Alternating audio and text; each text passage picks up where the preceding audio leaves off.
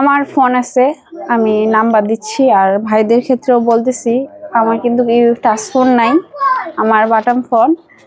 আমার touch phone ছিল, নষ্ট হয়ে গেছে। অনেকে ফোনে হয়তো বলবে যে আছে, মিথ্যা কথা বলি, কারণ আমার এটা নাই। কারণ আমি খাইতেই পারি না, চলতে পারি না, ফোন চালার মতো আমার এখন নাই। চালাইতাম, আগে চালাইতাম, কিন্তু এখন সেই সামর্থ্য নাই।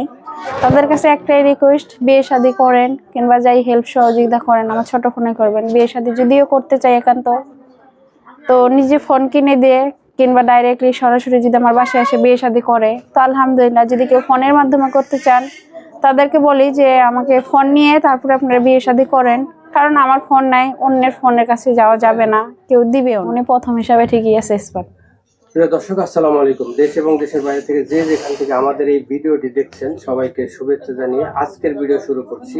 আপনারা দেখতে পাচ্ছেন সুন্দরী একজন বোন আমাদের ক্যামেরার সামনে আজকে হাজির হয়েছে। এই বোনটি আমাদের ক্যামেরার সামনে এত সুন্দর চেহারা নিয়ে কেন আসলো, সেই গল্পটা আমরা আজকে তার কাছ থেকে শুনবো। আসসালামু আলাইকুম। ওয়ালাইকুম আসসালাম। আসসালামু আলাইকুম। ওয়ালাইকুম আসসালাম। কি নাম, কোথা থেকে এসেছেন? আমার নাম আশা, আমি নরসিংদী থেকে আসছি। আমার ডিস্ট্রিক্ট নরসিংদী আর গ্রাম হচ্ছে রায়পুরা থানা। আচ্ছা, আমাদের ক্যামেরার সামনে কেন আসলেন?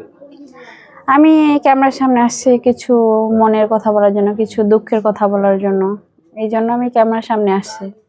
আচ্ছা, দুঃখের কথা, মনের কথা ক্যামেরার সামনে এসে বলতে হবে। এলাকায় কি কারো এরকম মানুষ পান নাই আপনি? এলাকার মধ্যে শেয়ার করা যায়? হ্যাঁ, শেয়ার করা যায়, কিন্তু সব শেয়ার তো সবার কাছে করা যায় না। যে আমি যেখানে শেয়ার করলে যে জায়গাটা আমার লাভ হবে, যেখানে আমার উপকার হবে, আমি সেই জায়গায় আসব। তাছাড়া তো আমি পাড়া প্রতিবেশী, ভাই ব্রাদার, তাদের কাছে দুঃখ প্রকাশ করে তো আমার কোনো লাভ নাই। আচ্ছা, আপনার এই দুঃখের কথাগুলো, এই গল্পটা আমরা একটু শুনবো, আপনি বলেন।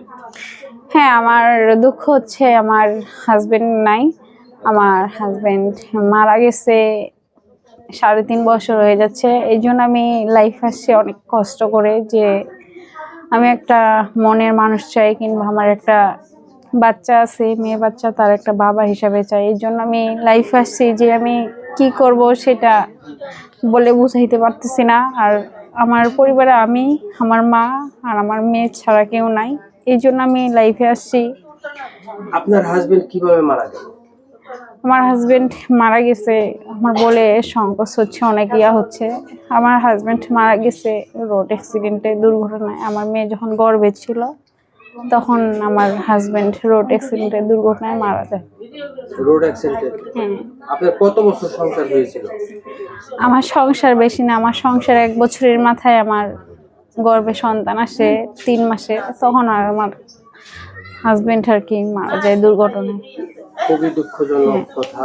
এখন আপনার হাজবেন্ড যখন মারা যায়, তখন কি আপনি যে শ্বশুরবাড়ি, আপনাদের শ্বশুরবাড়ি, সেই শ্বশুরবাড়ি কি তারা কি থাকার জন্য কোনো আপনাকে আবদার করেছিল, বা না আপনি নিজে স্বইচ্ছায় চলে এসেছেন?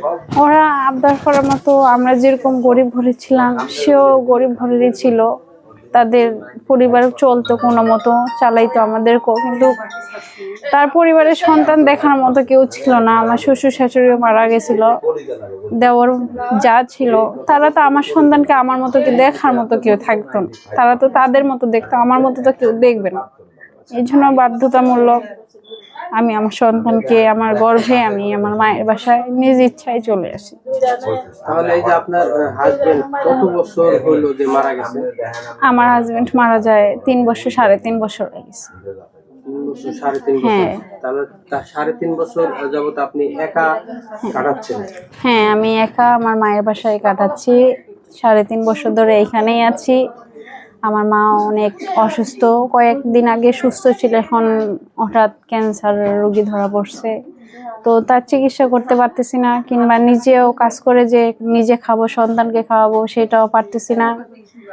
এখন কি করব সেটা আমি বুঝে উঠতে পারতেছি না। আপনার মায়ের সংসারে, অর্থাৎ আপনার বাপের বাড়ির সংসারের সদস্য এখন আপনারা কয়জন আছেন? আমরা 3 জন, আমার বাবা নাই, মা, আমি আর আমার সন্তান। হ্যাঁ, 3 জন। পরিবারটা কিভাবে চলছে?